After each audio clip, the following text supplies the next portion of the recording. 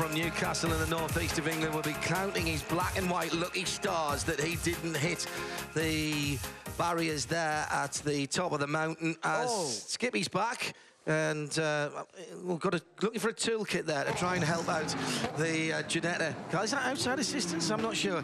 But we're still on the clean-up, as you can see here. We're just waiting to pick up the leaders. There's been some pit stops, and there's been a shuffle. Graham Goodwin of dailysportscar.com has picked this one up on the timing screen. Not for overall position, but very interesting. The 63 car, Austin Cindric, now sits ahead of its sister car on the track. So either there's been an overtake just before we went to yellow, or that's been allowed within the team. So they're trying to get the young man cycle through to have a crack at this when this goes green. And get it back on the lead lap, you're right. And Austin's been doing a great job. If I know Barry Ryan, who's the team manager down there at Erebus Motorsport, I'm pretty certain there would have been a radio call made.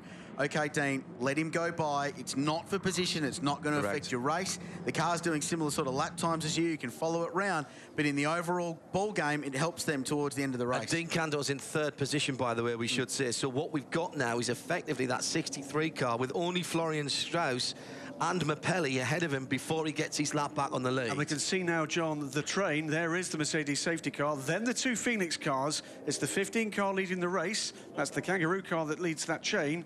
The 16 car may be behind on the road. Yeah. That is now the first lapped car, isn't it? That's the 8th position car. So on what money do we see car 15, Marco Moly, let Hassett go by in the 16, so it gets back on the lead lap? Then the next time we inevitably have a safety car, he's back in the game. So we're playing this out, folks, for you. We're trying to comprehend the strategies that are going on, and everyone trying to stay on that crucial lead lap. That's all you need to do today in today's race until the last hour, because there will be a safety car in the last hour. It's almost inevitable, and if you're on the lead lap, you can win the race. Pit for the Clearwater car, and 7th in the train is the white Erebus car. This is the young man, Austin Cindric. What an astonishing weekend he's given us so far. Well, we were asking in qualifying yesterday that he showed great one-lap speed. What would his race maturity like? Well, we've had that answered already, and we're only 3.5 hours into the race. We've seen what he's capable of. He's dealt with the traffic. He's been quick and very consistent. He's going to get a big test right now coming off the restart in amongst the leaders, because he's got a job to do to try and get on the lead lap. But clearly, he can't go and barge his way through and hip-check his way into the lead. Don't forget, as hashtag B12HR, Marino Franchitti from the UK saying, how good a view of Ollie Gavin from the above camera. Channel 7 knocking it out of the park again. The real pioneers of onboard cameras, and so many people loving that downward view of the drivers in a number of the cars, including that Squirk Audi, the number 5 machine. He's a man that's been fighting to get a drive at Mount Panorama for quite some time. We need Marino here at some point in the game, I think, Graham. Yep, coming next year, nostril cam and eyebrow cam from Channel 7. But that is a fantastic view, isn't it? I think you're right, John, that you were saying a little earlier about the test for Austin Cindric when this goes green. He's got slower cars around him and cars that are as fast as his is. It's going to be a real... you know, it's a baptism of fire. It is. It's going to be kind of multi-skilling for quite a time. And he's trying to get through those 6 cars ahead of him to the leader. The issue for me is that if he gets to one of those leading cars, whether it's Florian Strauss or Chris Haase or Moly, if he's going to be quicker than them and he's got an opportunity to get through, he's got to do it absolutely cleanly, because those guys are a lap ahead of him, and the race director here will look not kindly at all at him getting involved in something that he doesn't need to. Correct. And some cars that are 1 lap or 2 laps off the pace that now have some serious firepower behind the wheel. In 11th place is the Interloy M Motorsport Lamborghini. Just got Craig Baird behind the wheel. His reputation speaks for itself. 5-time Australian Carrera Cup champion amongst all the other records he's got. Renato Liberto has been going well in the 49 Vicious Rumour racing car. Remember, they started at the very back of the field, and in a brilliant opening stint, Benny Simonson charged his way through and got that car inside towards the top 10, and they've floated around there since. David Russell is now behind the wheel of car 32. They lost 2 laps when Roger Largo jumped into that car, but they'll shuffle back through the sequence, and David going well. Mark Beretta's got more. Pit lane's been busy today, Barrett. Who have you got this time? Yeah, it has been very busy in pit lane. Look, one of the teams that's made a big impression here this weekend is, of course, the Bentley team, the M Sport team. And Malcolm Wilson is with me at the moment. Malcolm, look, bit of a moment for Matt Bell. He's okay and the car's settled back down. Yeah, fortunately. I must admit it was quite a hair-raising moment for us all. Watched it happen on the monitor and you could see the wall moving, but fortunately he hit the grass just before the wall and got the grip back, so no damage done and everything's okay. Been a great campaign by you guys this weekend. Everyone's enjoyed seeing you here and the turnout of the team is just first class. Well, thank you very much. Yeah, I mean, obviously it's our first year, last year with Bentley. And, of course, the opportunity to come here again, to come here for the first time ever, this incredible circuit. I've never been anywhere like this in my life, so it's great for us to be able to come here and to get such great support from the fans. What have been your impressions of Mount Panorama? I had no idea what it was like before. Previously, I'd never ever been here, and to be driven around the circuit, and then I went round, fortunately, with Stephen Kane, our driver in the #1 car, and it's quite something else. I remember, was it many years ago, I did a rally when Dick Johnson was doing it, and obviously it was when Dick had claimed his fame here, and so it's just great for me to come here and get the experience of driving around the circuit and seeing what it's like. And as far as the race goes, you're happy with where the guys are and the way it's unfolding for you? Yeah, I mean, it's okay at the moment, long way to go, but certainly, you know, our pace is definitely better on the race than we were in qualifying, so we're quite pleased. Our strategy seems to be working well. So it's a long way to still go, but it's looking okay at the moment. Good. All the best, Malcolm. Great to have you here. Welcome. Thank you very much. Cheers.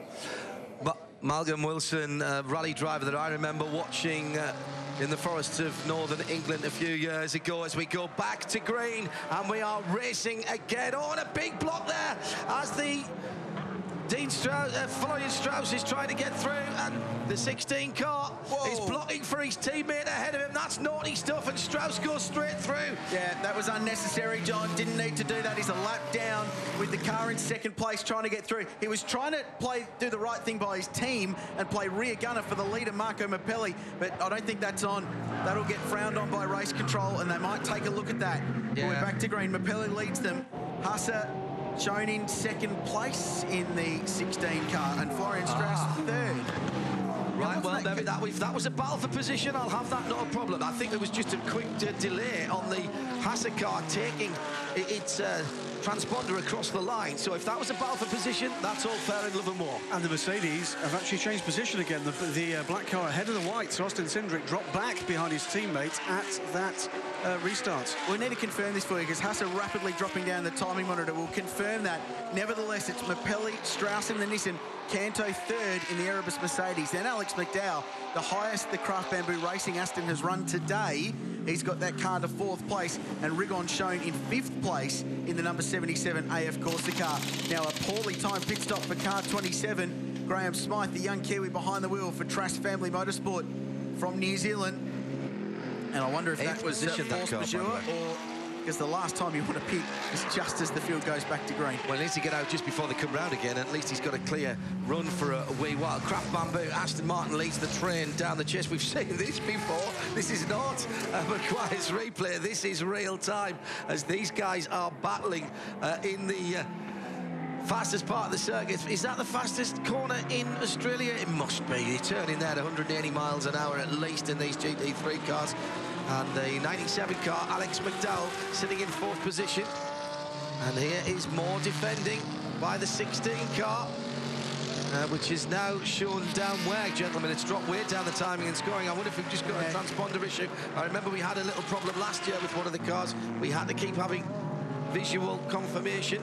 We were working on confirming that for you. At this stage, it looks like P4, but is dicing with the Erebus Motorsport Mercedes-Benz SLS with Dean Canto behind the wheel. Always feisty and always aggressive is Dino, and he's having fun.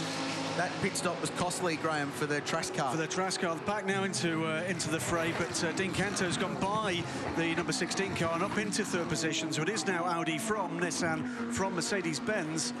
So that defence from Christopher Haase cost him dear. Went wide at the first corner, got his tyres dirty, and then was struggling all the way up mountain, straight and into Griffin's Bend. This is what we like to see, though. Green flag racing, everyone behaving themselves at the moment, as Alex McDowell is trying to put a lap on the 27 Ferrari out of the pits, full fuel, cold tyres, and gets chopped. Come on, Alex, use your brain. He's used to the rough and tumble and side-by-side action of small touring cars, and here he's playing with big power, rear-wheel drive. He's adapted very quickly, has McDowell, in that multicoloured Aston Martin over a season or so of racing in GTs. So they head down through the S's and do the dipper. He's played the sensible, the long game, but he's under pressure himself behind. You have to be so patient at this place, though, and he's in a position where this is not for track position. The car in front is a lap down, and the car behind, the 32 Lamborghini, is a lap behind car 97. He did not need to take that risk. And I know racing car drivers get the rush of blood to their head when they put the visor down, but you have to be so careful. There is no point destroying your car for what is not even a position on the racetrack with 8 hours to go in a motor race. He's frustrated, though, because he can see Dean Cantor getting away ahead of him in the 36 Erebus Racing Mercedes, and he wants to get through. And I understand he's a little bit annoyed with Justin McIntyre, as he just can't get through. The blue flags aren't being waved for these guys as they go through, and he now is being held up. And there'll be a radio message, I'm sure, to Justin McIntyre in the car ahead of him. While we're watching this battle, though, John, there's been a change again for third position. Christopher Haas's got back by Dean Canto, back up into third position. So 15 from 35, 16 and 36 now. Before we get to the battle, we're looking here. By battle, it's about Alec McDowell actually getting himself up position. The bottle. He's got position now going into Griffin Bend. I think he'll get through. He will. And now he should pull away from a car that's heavier, albeit on newer tyres, heavier because of the fuel load. It's Moly then by just under 3 seconds, and then a fabulous battle between the Nissan, the 16 Christopher Haas Phoenix car, and Dean Canto in the 36 are absolutely together. The difference this time, though, is that... huge sideways moment for McIntyre as he came up through the cutting. How did he save that one, Creelsey? This is ridiculous stuff. You don't need to be doing this now. Just let him go. If the car behind's faster, you've got 8 hours and 3 minutes to go in a 12-hour endurance race. Let him go. There's no point. He's not even battling him. There is absolutely no point in putting your car into the fence at this stage. It's ridiculous. It's going to be frustration because of that out-of-sequence pit stop. The lead of the race, though, what we're not seeing this time is that Audi is not dropping the Nissan this time around. It's sticking to within that 2 to 3 second gap they had at the when we went back to green. The other point was that there was some confusion before. We can confirm car 16's had a little electrical glitch with their timing transponder, so they did float around the order, a bit confused. They are in third place. They are on the lead lap, and I apologise to Mr. Husser for defending that move. That was okay. He was holding on to what was a second position. John McIntyre now is got his mirrors full of David Russell Lambo. That's a touch. That was a touch. I tell you what, though, I'm sorry, but John there is again sending mixed messages. He leaves the inside open, and then he doesn't just lift out of it so that the car behind can come through. In fairness, it's not a high percentage move from Devo either, but just look at this, how the Ferrari's staying out there. It looks like he's leaving room, and then he turns in very late. And David Russell's trying to get a lap back on this car. That car, the Lamborghini, the black Lambo, 2 laps behind the Truss family racing Ferrari, who's now been shuffled back in the queue a little bit. I'm surprised that this stuff is going on with cars that aren't on the lead lap. If they're squabbling for position, okay, you'd understand that, and it'd be immensely entertaining from our point of view. But these cars aren't even on the same lap, so I'm surprised, very surprised. Yeah, and again, John McIntyre is out there racing, he's loving it, but he doesn't need to be doing that, and he's putting the car in danger. He's on a longer he's on a long game. He's got a different strategy. He's just come out of the pits, and he's got caught up in the moment there. And Russell just getting a little bit impatient, as we saw Alex McDowell, I think, before as well, who in 5th position has just put in the car's fastest first sector, and he's the fastest man on the track at the moment, Alex McDowell, in that 97 Craft Bamboo Aston Martin, and he's gaining on the guys in front at a rate of knots. He's only 6 seconds away from what is now Dean Cantor in the Erebus Mercedes, the 36 car in 4th. In 3rd, Chris Harter is only half a second ahead there, having a cracking battle. Then it's Florian Strauss, another couple of seconds up the road, and Moly still leads it in the 16. Here's the fight. This is the battle for third and fourth place on the road, and Dean Canto using all of the Erebus Mercedes straight line performance that they've shown time and time again at this place to rattle the rear bumper bar of the Mercedes. Teammate riding behind, a rear gunner, a lap behind, but right in the mix in this motor race. Inside the top 10, Canto to the outside. No, not the outside. Defends. Not a chance, surely, but he's going to do the old over and under, isn't he? But he can't get it turned in there. This is a great fight. This is proper racing, and this is racing for position. This is third and fourth. Oh, no, you need to be careful there, Christopher Husser. Can't make two moves into a braking zone like that. He moved across and then moved back onto the racing line. If you're going to assume that inside line, you need to commit to staying there to defend. Otherwise, you might find yourself, like he did there, getting a whack from the driver behind.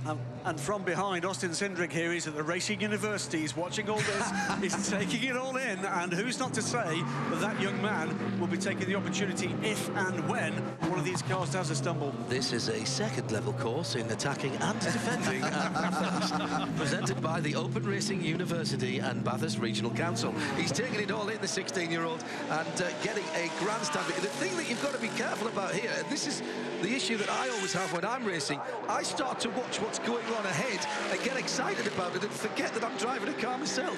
They should be watching behind, because what's happening here is Alec McDowell is actually closing up, and really very quickly indeed, and this is where the rear gunner is going to come into play. Yeah, Austin Cindric will be perfect for Dean Canto, because he can just sit in front of that Aston Martin and box them in. Lap traffic for Husser down through the slowest point of the racetrack into the dipper. You can just get through there, no problems. Okay, fine, aggressive stuff. And there's McDowell. Still not by the TT. Oh, I'm surprised Dean Canto hasn't just fixed him into the wall here, because he's so frustrated and he's lost 5 or 6 seconds already, and it's brought McDowell right into this fight. Well, it's ruined the battle for track position. It's given Husser a real free boost up the road a little bit here, but watch McDowell. McDowell now needs to deal with this Mercedes-Benz. It's a lap down at Cindric, and Cindric needs to be careful here. Now, this is what we're talking about. The young man can't get involved in this fight. He's got to let McDowell go-ish. At least make it not terribly easy, but he can't make it too hard either. Penny Clemenco, the First Lady of Australian Motorsports. Yeah, we just a quick bow there to the First Lady. Yes, the forelock was tugged. Absolutely. In the booth. Torn allegiances this weekend for her, I'm sure, but she loves her GT cars and loves this place in the race. So it's great to see Betty and Daniel Clemenco here backing their team. So this is a great battle, an ebbing and flowing battle. I seem to remember, JH, 12 months ago, we had at about the 4-hour mark of the race a similarly remarkable fight for the minor podium positions involving an international driver and someone familiar to these shores. It just keeps delivering, this place. I can tell you from watching this from afar, you've had this kind of fight all through the 12 hours last year. I still haven't processed what happened in that race, let alone what's going on so far today. We're 4 hours in, 7 hours and 57 to go in the 2015 Liqui Bathurst 12-hour. You're live from Mount Panorama all around Australia on 7, mate. We will be going to 7 later on today. We will keep you posted with that. We've got it all covered in the commentary box with me, Richard Crowlers, John Hindhoff and Graham Goodwin. Mark Breder and Shay Adam are down in pit lane covering all the action. It's a great fight. Audi lead the way, but they are being pressured relentlessly by the Works Nissan Nismo GTR and some of Australia's best from Erebus Motorsport. Dean Canto, absolutely inch perfect over the top of the mountain. Alex McDowell is now starting to get frustrated. I think the Aston Martin is the car of choice of James Bond 007, and at the moment he wishes he had the machine guns on the front there for Austin Cindric, because that Mercedes-Benz is costing him time and costing him the opportunity to get among the top 4, and he will not be liking that one little bit. The beauty of GT racing, Crailsy, is these cars doing similar lap times, but they're quicker and slower in different parts of the track. They all have strengths and weaknesses, and that is why we love this so much. Canto flashing his headlights as he comes down to the kink. There's more traffic ahead, and that's a danger time. That's the St. Gallen Aston Martin among the cars that he's coming up to. Let's take a breath and calm ourselves down here in the booth as we let you take a little break from the action at the mountain, and we'll be back with more from the Liqui Moly 12 hours here at Bathurst in just a few moments' time.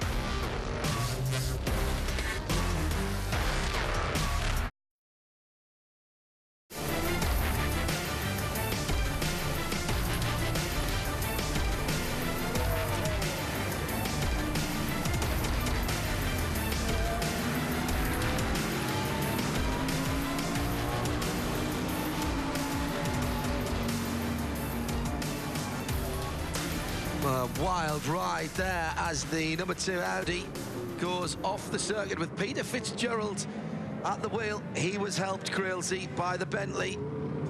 That was as big a spin you can have at this place without actually hitting everything. He had a crash but didn't hit everything. That's amazing. Peter Fitzgerald wild off, got helped at the kink at 280 kilometres an hour and slid and slid and slid, and he's the luckiest human being to not barrel roll. Well, that's I was going to say. $500,000 Audi. Yeah. First of all, you're in the gravel, you're going sideways, you're completely out of control. Please don't let it barrel roll. And then you're going back onto the circuit. You've got no idea where you are, and the car is sliding. Am I going to get picked up by somebody coming through the Michelin chase? He wants to be putting the lotto on this evening. I tell you, that was a very, very nasty moment for Peter Fitzgerald in that Fitzgerald Evolve Technic number 2 Audi. So that started another set of pit stops.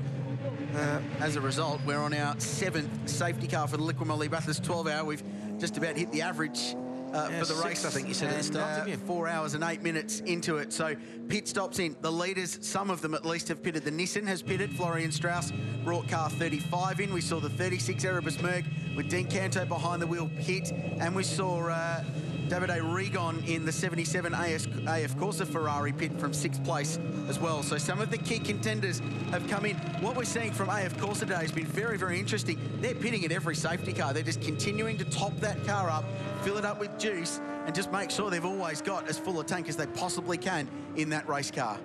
Yep, that will give them the opportunity to attack when they can. And we've seen that from 2 or 3 of the cars, haven't we? Saw it early doors with the Stefano Ortelli Phoenix Audi. That gave them the opportunity to cycle round into the lead of the race. So we'll catch up on where everyone eventually merges out into the field. The leaders haven't pit. Great to see Fitzgerald already back in the lane as we have a look at some of our class cars going through the pit stop shuffle, taking advantage of the safety car, a lull in proceedings. This is what we've seen over 4 hours of remarkable racing so far today. It started in the dark at 5:50 a.m. on what is a beautiful Sunday at Mount Panorama, and it was a wild start to the race. Yeah, some of the production cars suffering with hot brakes. There's been a bit of arch and barge in the early running out in the dark. The Mazda almost coming to grief as it spun in the cutting. How many times have we seen these type of pictures before here at Bathurst? The Craft Bamboo Aston Martin just about getting through there. First yellow flag, full caution of the day for the 42 BMW, and I'm afraid that was local wildlife that caused that one. Lots of spins without consequence as well that have caused some drama, and the 52 car providing more than its fair share of that earlier on. They're up at Griffin's Bend, turn number 2 here, and some great driving as well, particularly at the front of the field. But a little bit of, well, there was no contact there, but a little bit of a squeeze on the car. Well, this was Wolfie Reef just doing amazing things with the Nissan and somehow saving what would have been a huge accident. Lamborghinis haven't had it all their own way today, particularly not in the Michelin chase. First of all, the 32 car, and then the very next lap, this is not a Maguire's replay, it's another car doing it the opposite direction. Lambo corner at the Michelin chase, it is. One on Michelin's, one on Pirelli, so they're equal in the tie. Well, this brought out a safety car. Very unfortunate accident. Andrew McPherson lost the rear of the 51 car. They are working hard on this car to try and get it back out into the race and get it back going. This was wild stuff. The Nissan was trying to carve his way through some lapped cars, and that's been one of the surprises of the day, is the aggression in the field in disposing with lap traffic. There's been some very, very hairy moments of people working their way through the pack for cars that aren't on the same lap in the motor race. This was a good move. Watch this for opportunism. The vicious rumour Ferrari coming down the inside as if they weren't there. The Bentleys are taking to the mountain as if they were made for it. It's not all been plain sailing for them. A little bit of a turnaround for the 11 car as the 9 Audi came through. Excuse me, coming through. So it was Harold Prim out there. He's had a rough day. This was John Bow, straight out of the pits on cold tyres, and spun the Flying Bee Racing, the Australian entered Bentley, up at turn 2 at Griffin's Bend. And haven't we seen some action there? Yep. This was also a safety car. The number 41 Mazda RX-8 from the Henley Racing operation. Now watch this. Matt Bell on the left-hand side of the screen. Oh, Matty, what are you thinking?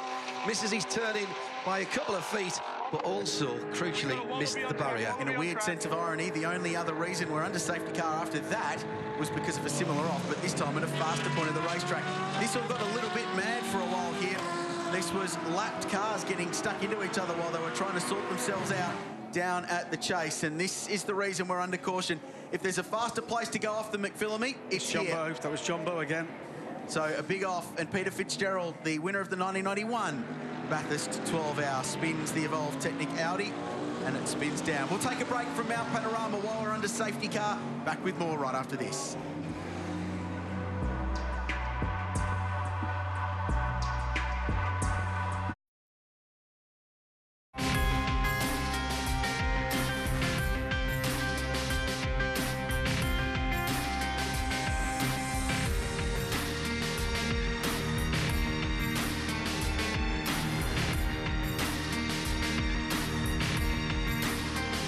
Stablemates in terms of their group, Bentley and Audi coming together at the fastest part of the circuit. There's two sides to every story. Barrett's has one of them.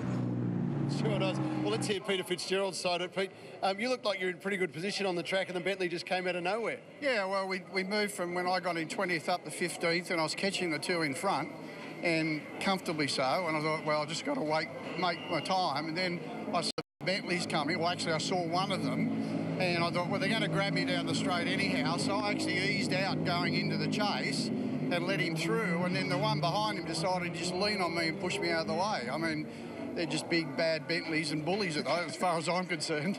A pretty wild ride from where you were. Are you okay? Yeah, it's not something I'd like to do on a regular basis. You know, I basically just tried to keep it in the sand, and then I was hoping to stay out of the sand on the other side when I launched across the track, but unfortunately it got bogged. Otherwise, we would have kept going. The good news, you're all right, and we'll see you later in the day. Yeah, I hope so. All right, good on you, Thank you. Peter. Thanks, mate. Thank you. Not something I'd like to repeat on a regular basis. Hashtag understatement of the race. Masterpiece of understatement. Is this right, gentlemen, what I'm seeing on the timing and scoring? We've got a Bentley leading the race? I got a feeling they stopped before the Audi, so I think they've got some sneaky track position here. Wow. So Matt Bell, at the moment, despite that very dusty moment we saw, appears to be leading the 12 Hours of Bathurst here. That's the first. Bentley leads at Bathurst. I want to see him across the line, Matt, but I think that is correct at the moment. There it is. There it is. There it is. Visual picture. Can we? Ready? Okay. 1, 2, 3. Bentley leads Bathurst. Wow. Stick that one in your With Bell, file. Bell driving. So Bella the big bad Bentley. in front at Bathurst. Says, yeah. So Dean Canto second now for Erebus Motorsport. The Nissan remains in the top three, as it has done since this race commenced, with Florian Strauss behind the wheel in third place. The AF Corsa Ferrari shown in fourth. The former leader back in fifth place, Marco Mappelli. And Austin Cindric is let by and will be back on the lead lap. Here we go. Well, that brings us another car into this game. And let's remind you, wherever you are in the world, here in Oz or further afield, the hashtag is B12HR. We're trending in Australia, and at this time of the night, just after 11 o'clock in the UK, trending at #1. Now, let's go down to one of our #1s in the pit lane. Here's Shea Adam. Bentley is #1 on top of the timing sheets right now, but it's who's in second and third that's really interesting to me, because Erebus and Nissan came in and pitted together in the box right there and the box right there. Nissan took on more fuel, giving up the second place position to Dean Canto in the 36 Erebus. So the Erebus is in second, but for how long? Because the Nissan can stay out a little bit longer on its stint. Great analysis, Shea. Thank you. All good stuff from the pit lane. Graham Goodwin. Well, particularly interesting, John, because if I'm right, the Mercedes has actually got a higher permitted fuel load as well. So they've clearly done that for one reason only, which is track position. Right, we don't like missing any track action here at the Liqui Moly at 12 Hours at Bathurst, so we're going to leave you on the TV screens for a moment, but we'll come back to green. All good news.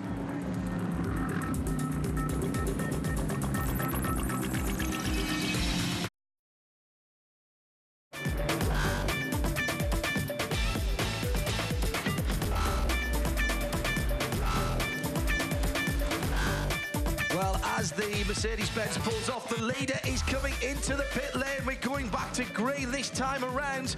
So as they come across the line, the green flag is out, and Matt Bell comes into the pit lane. The Bentley is leading Le Mans just for a couple of laps under yellow, and now it's the Erebus Mercedes and Dean Canto that leads from Florian Strauss in the Nissan, and the battle is on as they head up Mountain Straight. That is a tactical change that we weren't expecting to see here. We were expecting to be calling Bentley across the line, leading at the green flag, but they've come in, they're working some kind of strategy. We'll find out in a moment what's going on down there, but for the moment, it is Dean Canto from Florian Strauss. Davide Rigon in the 77 Ferrari is in third, and Matt Bell dropping down the order. That's an interesting one. I know that Mark Beretta is in with Bentley, and once they've done their stop and he can get a word with some of the guys down there, we'll get the thinking behind that, because that is, well, if that isn't an issue, it's a very, very interesting call. Yeah, I'm a little bit surprised at that. They had an opportunity to get in clear air and run for a while, and they're well within their window.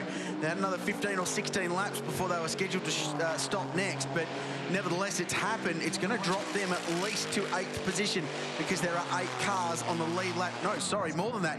9 cars on the lead lap of the motor race. Let's find out more of that. Mark Beretta is on the scene.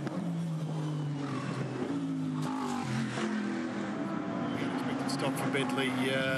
Situation is the driver has been physically ill, so he's been sick for a little while, but has had to get out of the car. He's not in good shape. Obviously, the fatigue of this race is well known. It is tough out there, but he's been physically ill. He's had to come out of the car. He's receiving attention at the moment, and they've had to do a driver change just as they got the car into the lead of the race. So that's the situation. Very unexpected for Bentley. Quite a shock in here. They had to respond very quickly and take that moment to get the driver out and do what they could. So just hoping that he is okay. He's going to get some medical help and make sure that he's all right. But they had to do an unexpected driver change.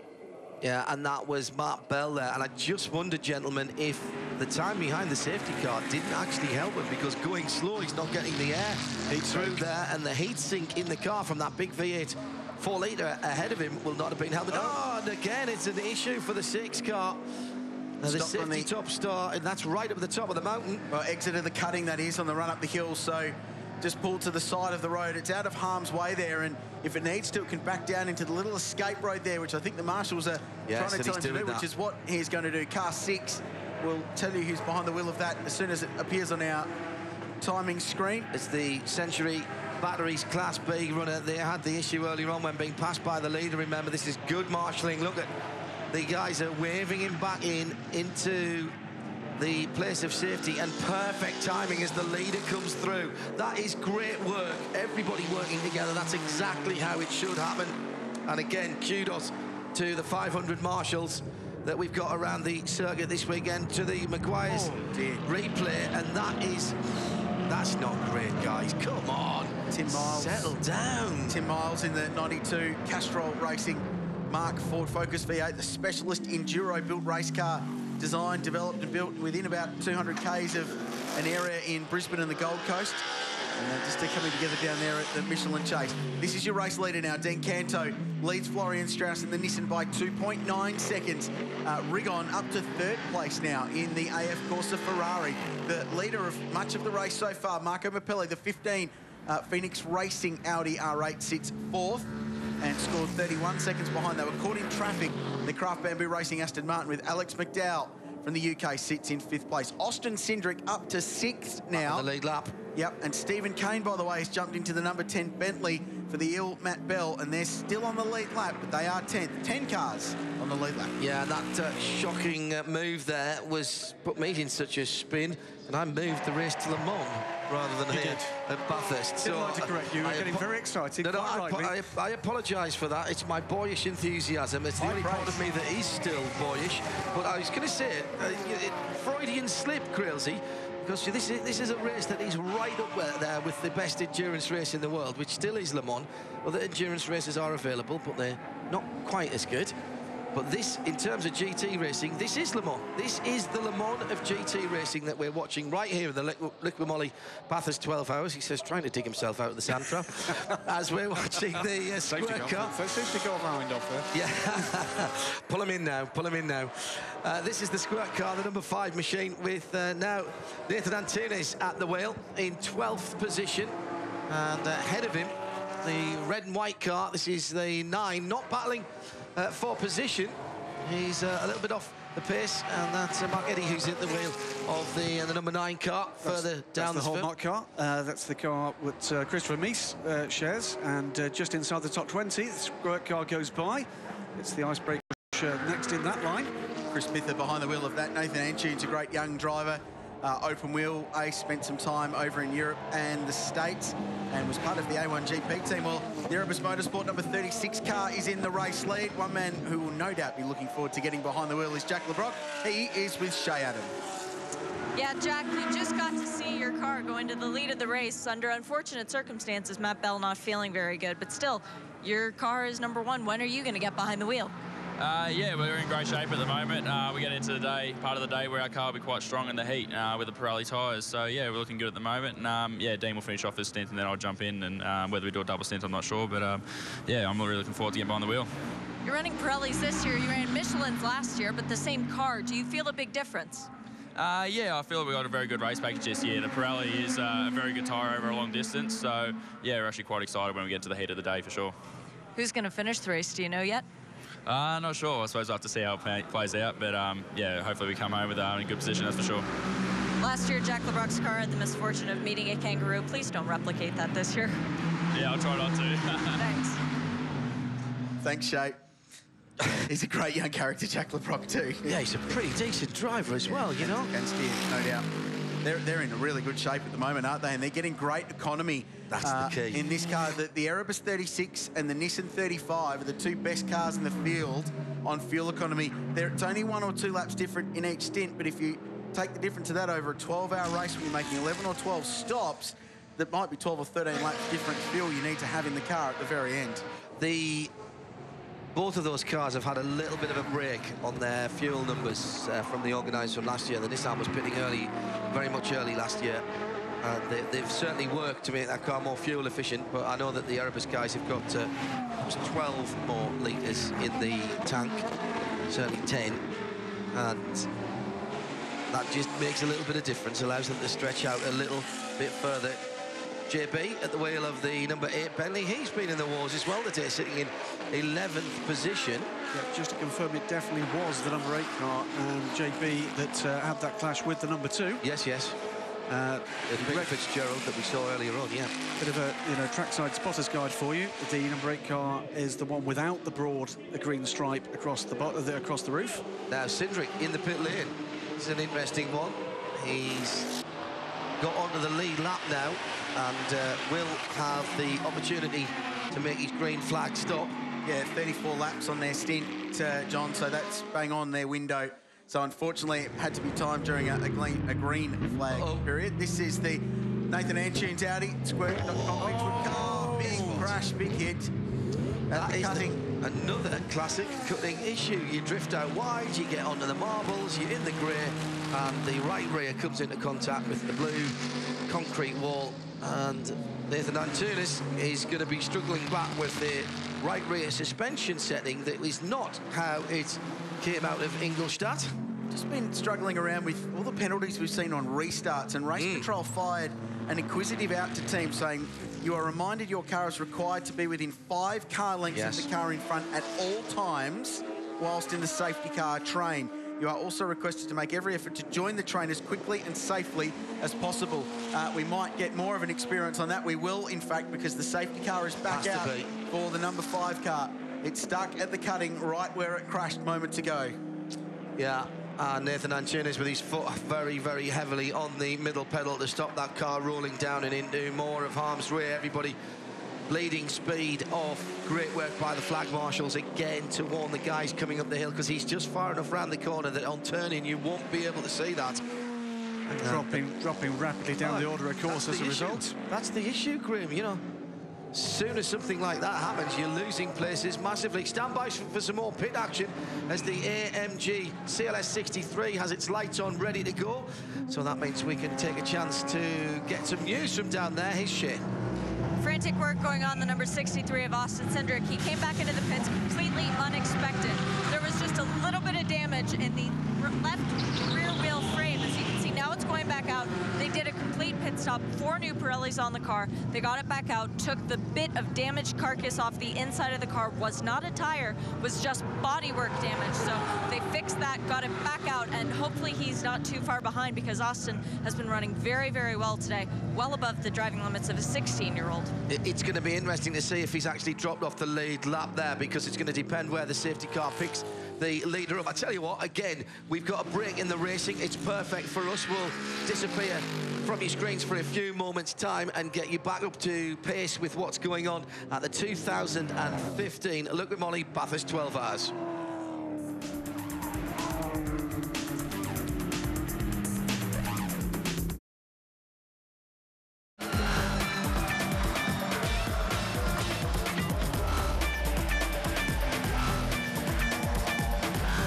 It's a classic venue, the 12-hour distance.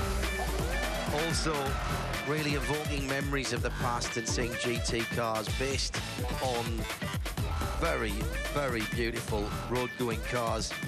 Makes us think of the days of past, and when you've got Mercedes-Benz versus Bentley versus Aston Martin versus Ferrari, Nissan in there as well, particularly here at the Mountain. Well, we know we've got a decent Sunday's entertainment for you here in the 2015 Liqui Moly Bathurst 12 Hours. Under full course caution at the moment. The big question was, how is Matt Bell doing down in the pit lane? He looked pretty rough when he came out of the car after his wild ride through the sand at the top of the mountain at McPhillamy. And we're just musing on the fact that had that caused the issue, and more importantly, drive times, Crailsey, because clearly, with the restrictions on his other 2 teammates, he needs to put a shift in to let those guys get through the race. Correct. Basically, 2 of your 3 drivers can do 9 hours of the motor race. 4.5 hours is the maximum time any one driver can spend in the car. 3 hours maximum. I think with more of that, we can go to Barrett's. Yeah, look, Matt Bell just a little bit ill at the moment, as you saw. He has sat down in the corner of the garage. He's been attended by the medical team. He's now back in the team area. He's being assessed by a doctor at the moment. He most likely will be taking the medical car down to the medical centre, but it appears that he's dehydrated, he's severely fatigued, and, you know, we know the rigours of racing here at the mountain, the heat of being inside the car, and it catches up with you, and it's caught up with Matt Bell here. So the good news is he's in the best of hands. He'll be looked after by the medical team and taken down to the medical centre, and we'll find out more from there. But the good news is it's under control, which is the right thing. Thanks, Brett. Appreciate that update, and we'll continue to keep you posted on his condition. And you might be wondering, well, how can he be fatigued? How can he be dehydrated? Well, not only are these big physical heavy cars to drive at such speed, the concentration is tough, and it might only be 24 degrees ambient here at the moment, but you add 25 or 30 degrees to that inside the car, so it gets very, very hot in the workspace. It'll get hot on the racetrack soon. We're back to racing shortly. Before that, a quick break, and then it's back to green at Bathurst.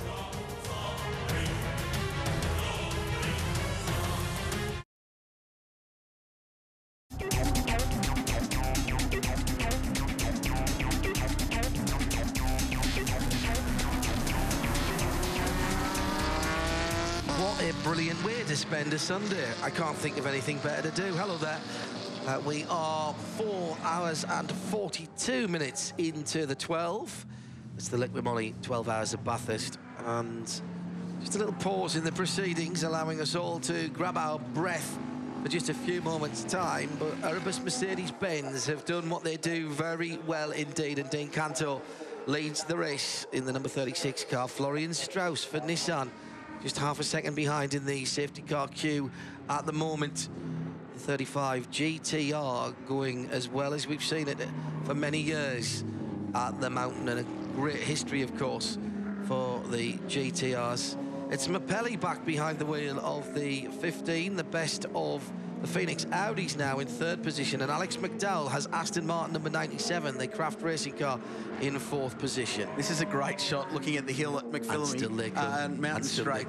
Just showing the variety of cars. Only at the Liqui Moly 12 hour where you see a Ferrari followed by a Porsche, followed by a basically road-going Audi TT, followed by a unique custom endurance racing built Mazda RX-8 GT, a Bentley Continental, there's an Audi R8, there's the GT4, Aston Martin that's been going well, the team from Switzerland, Aston Martin St Gallen, 2nd time they've been here, and it's great to see Chris Porritt back too. Man with so much experience developing, racing, engineering, road and race Aston Martins. Now with Tesla, of course, and an altogether different sort of luxury car. I'll be interested to see one of them make an entry in this race at some stage in the future. The way the electric car industry is booming and growing, Tesla especially, it's remarkable. Already the most efficient electric racing car that isn't. Faster than Formula E, longer running than Formula E, would have won at least the first 3 races of Formula E last year on pure pace alone, and not having to stop. The guy's not interested. They're saying that their technology is far ahead of anything in electric racing at the moment, and that needs to catch up. Whereas here, what we're doing is looking at street car technology being honed by the internal combustion engine side of the car industry, and the benefits that we get from, for example, that 4-litre engine that Bentley has with the cylinder on demand technology, that's going back into their range also to sister brand Audi. My response to Mr. Musk, who I have vast admiration for in terms of what, come on, prove it. Come and prove it, and we'd love to see you do exactly that, but come and prove it, because you know what? I think you just might. Well, the thing for me is I think it's a sad day if the motor racing community can't attract someone like Elon Musk into it, and I think we need to look at ourselves first before we start pointing the finger at someone who has made such successes out of it, because we should be attracting people like that into the industry. What we've got here, though, is GT3 heaven. Spectacular entertainment as we're about to go back to green. Cleanup almost completed. 108 laps in the record books already, and we've already broken the lap record, by the way. That was some, well, right at the start of the race, wasn't it? It was lap 29 that the 15 Phoenix car put in that stonking 2:03.3. And yesterday, if you weren't with us, you missed more history being made. The fastest lap ever recorded in competition for anything was turned here yesterday. We're about to go back to green. The Mercedes-Benz safety car moves into pit lane, and the field will be released on Mount Panorama. Let's see if we can get some green running, because back-to-back safety cars have slowed the pace of this motor race. Erebus Motorsport leads the way. Dean Canto leads them down into turn 1, but shaded by Florian Strauss and the number 35 Nissan. This is a car that's been in the top 3 the entire race today, lurking behind the leaders and just staying right where they need to be. The man and the car that's led most of this race, Marco Mappelli behind the wheel. It's on. They're dicing side by side on the way up to turn 2 at Griffin's Bend. That's the Lamborghini. It's got Craig Baird, Stephen Richards now behind the wheel, P10, but they have dropped back off the lead lap. Florian Strauss has been off the track. He was off the track at the exit of Griffin Bend, and there's not much track to go off there. He was really squeezed right up the wall. He tried to do the outside move, and that's always a dangerous one to do there, and that's cost him time. Dean Canto makes his break for freedom, and the Nissan in 2nd place has now got hungry Bentley right behind them, trying to get laps back. This is crucial for Florian Strauss to get the temps up on the tyres for that Nissan quickly. He does not want another car, particularly not a quick car like that Bentley in between him and the leader. And whilst he's not battling this car behind him, Krillsy, he's got to get the balance right here. He's got to send the message to the Bentley drivers behind him that he's not going to let them through. I'm in 2nd place. You have some respect for me. Just because you're driving a Bentley, you can't muscle my Nissan out of the way. Yeah, and they're either 1 or 2 laps down, those Bentleys. Andy Southcheck in car 11, John Bow in car 8, the Flying V Racing entry. 2nd in the queue of Bentleys there. Behind them, Stephen Richards is 1 lap off the pace in the 48 Lamborghini. That's the orange and black car just going out of shot down Conrad Straight. Lights ablaze and flashing is Marco Mappelli It's like the Italians use their hands to talk. He's using his headlights to talk. It's worth 5 miles an hour, you know. Correct, absolutely correct. In the number 15 Phoenix Racing Audi that led the bulk of the opening stage of this motor race, they're still third. Behind them and just out of shot is the Craft Bamboo Aston in 4th place. They've been going well.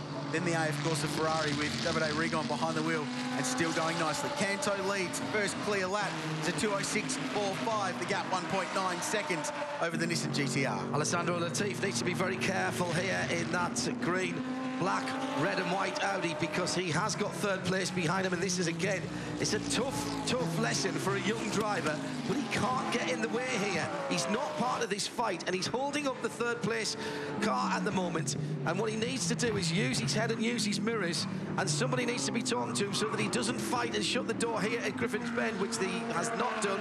That's pretty decent stuff. Across the new set of bitumen there as they head up the hill for the 111th time. We've got Nelson on the scoreboard at the end of this. So I am standing on one leg in a Dickie Bird style as I commentate this lap. This is a great fight, and all these drivers, like we've said earlier today, just now looking for clean running. They need to get back into the rhythm of the motor race. It's been disrupted by safety cars time and time again.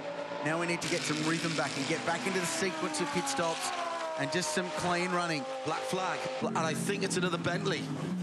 It's another Bentley black flag. I'm going to check to see the guys down there at the start. It's car 10. Stephen Kane. They've been in the wars today. They've maintained their position with inside the top 10. They are the last car on the lead lap at the moment. The big question mark I've got with car 10, if Matt Bell is not able to get back in the car. Now, we're hearing he's recovering well. Was a little bit was what was required. Okay, yep. If he can't get back in the car, they're in a world of pain, because no driver can do more than 3 hours in a row, and no driver can do more than 4.5 hours in total in the race. So 2 times 4.5 by my shonky maths is 9. They still need to fill what was left of Matt Bell's stint. So hopefully for the Bentley's sake, they can get him back in the car. And unfortunately, 2 very decent drivers in the pits haven't signed on, and that would be Matt Wilson and Malcolm, his dad.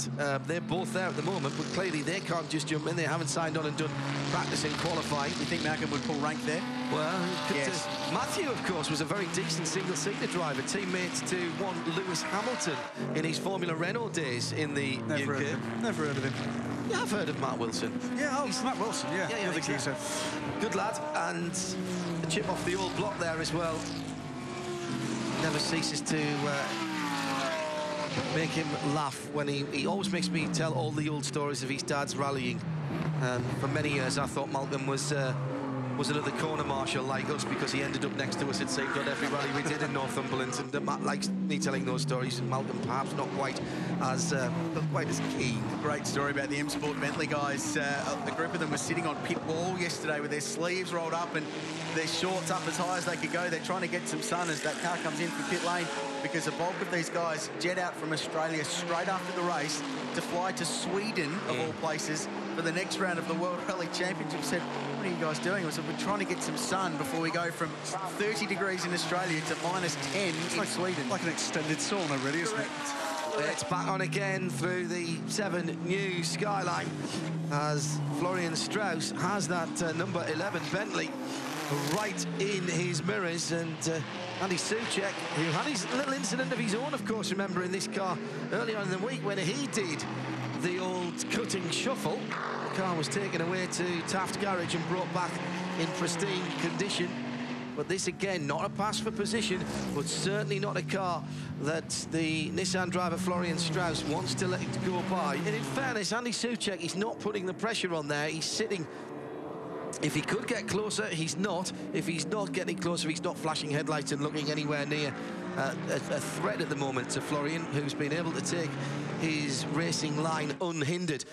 And Dean Canto in the black Erebus Mercedes-Benz comes down to Maguire's corner, the final corner here on the circuit. About 3 seconds of the good still is Dean Canto, and of course that means a Mercedes-Benz in the lead of this race.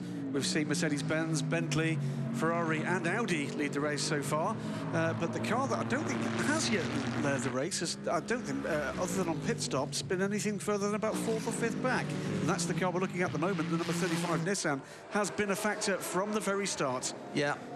Being up as high as second. I don't think it's... I don't think it's led. It may have led one lap, I think. I did remember seeing Nissan leads on the mountain, but then we had a full course caution. You also get the feeling they've still got a little bit up the sleeve of that car. It was very fast in qualifying yesterday, so that if they can get that car to the final stint of this race and keep it in good condition, they may well have a weapon where they can race with what have proven to be the fastest cars this weekend so far, which is the number 15 Audi. 4 seconds across the top three at the moment. 36 Mercedes-Benz, the 35 Nissan, the 15 Phoenix Audi. Then it's Alex McDowell trying to chase them back down again. He's had a good run in that number 97 Aston Martin. Bit of bodywork left on the side of the road there. Didn't quite see the barcode, so can't decide which model of car that is from.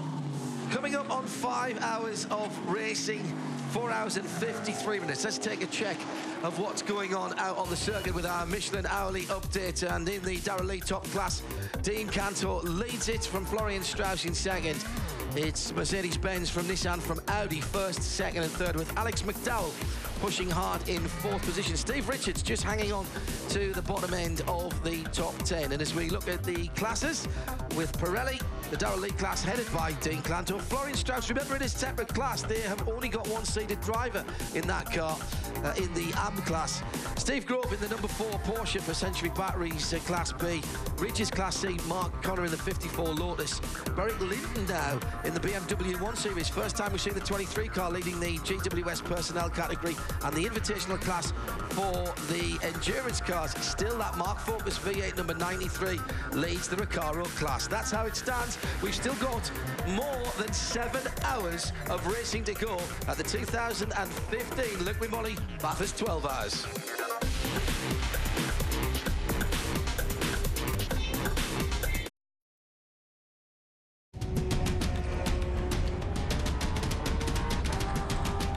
Well, drama here at Bathurst with just on 7 hours to go. A new leader in the race, and it's the Nissan, Graham. A long lap from Dean Cantor. He lost time, but there he is sitting in behind the new leader. Well, I only think that Dean Cantor may have had a bit of a stumble there at some point on that last lap. But, yeah, Florian Strauss, a man with only 1 year of racing on his CV, leads the Bathurst 12 Hours. So Nissan from Mercedes-Benz, from Audi, from Aston Martin, from Ferrari now. Richard Krell back in the commentary booth. It's extraordinary stuff, isn't it? Yeah. GT Heaven is the other hashtag, as well as hashtag B12HR. Not trending wrong across Australia. It just shows how much you can never predict what goes on at this place. So the Nissan GTR leads the way at Mount Panorama, and as you mentioned, Florian Strauss, inexperienced as a race car driver, part of this incredible program that the GT Academy, Nissan GT Academy, was set up to find the next generation of driver and bring them through the ranks, and that's what they've done. And this guy can drive. He has put in a mighty second stint in the middle stanza of this motor race. So leads the way from Dean Cantor, who will see if we can fight back and get the Erebus Mercedes back in front. Meanwhile, via Twitter, yet another significant personage in GT3 racing, Johnny O'Connell, now telling us that this one's on his bucket list. Well, Johnny, if you want to come and bring the new Cadillac next year, I'm sure you'd be very, very welcome indeed. Another mark entering competition this year for the first time in GT3 racing, Krelsey. I think we'd give them an entry. I don't think there'd be a problem there. We saw briefly before a shot of some of the Class B cars, the 47 Superbarn Supermarket Porsche, running third in their class at the moment. The Grove Group car, the Century Batteries GT3 B class for the Porsche Cup cars. Grove Group Racing leads the way, defending champions in their field. Don't forget, very shortly we will switch over to Channel 7 for a very long stint, and often the most exciting one of the motor race. Not that we can complain with the quality of action that we've had so far. Just approaching the 5 hour mark in the Liqui Moly Bathurst 12 hour. We're looking at Porsche v Ferrari. It's like the Holden and Ford of sports car racing. Great old classic rivalry. And they're going at it across the top of Mount Panorama with one of the cars that's been in contention for this motor race since the very first lap. The young factory Ferrari GT pilot, Davide Rigon, behind the wheel of the AF Corsa number 77 car. And with thanks to Bentley and to Mike Sayer, their PR guy. News on Matt Bell. He's fine, tired at the end of his stint, bit dehydrated. Cabin temperatures went through the roof behind the safety car. Okay now and rehydrated. No drama, I think you guys say. Correct. Absolutely correct. You've picked up the lingo admirably. You know, right? I'm just, what can I say, cuckoo-like. This is the battle. I don't think we say that. This is the battle for the race lead. It continues 5 hours into the motor race as the number 11 Bentley comes into pit lane. Andy Soucek behind the wheel. That's its latest black flag infringement. That would be 4 for the day, I think, for that team. Have a look at this. The Nissan defending down the inside. Up Mountain Straight, Dean Canto in the tow. These two cars very evenly matched in a straight line. And their strength for both of them so far this weekend has been their straight line performance. They both worked their way past one of the Henley Racing Mazda RX-8 GTs. This may be the most impressive international performance so far by a GT3 Nissan GTR. And wave yellow flags there. Oh, and it's in the wall for the 92. Into the fence at the cutting. That's the Castrol-sponsored Mark V8 Ford Focus. And it's gone in quite hard.